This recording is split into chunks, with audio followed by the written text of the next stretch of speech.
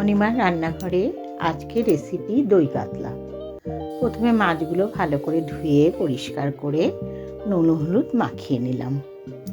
নুন হলুদ মাখিয়ে একটা কড়াইতে অনেকটা সর্ষের তেল ভালো করে গরম করে মাছগুলো লাল লাল করে ভেজে তুলে রাখলাম।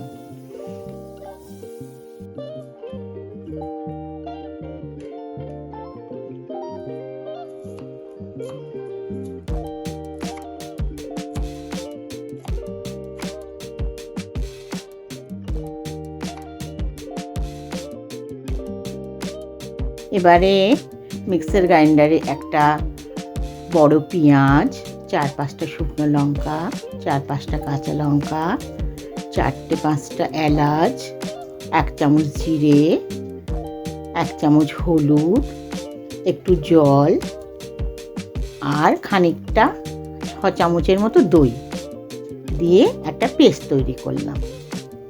তারপরে ওই কড়াইতে ওই তেলেই একটু সাদা জিরে ফোড়ন দিয়ে ওই পেস্টটা দিয়ে দিলাম। দিয়ে একটু নাড়াচাড়া করে একটু নুন দিয়ে দিলাম। যখন মশলাটা একটু কষেছে তখন ওই মিক্সি ধোয়া জলটাই ওর মধ্যে দিয়ে দিলাম।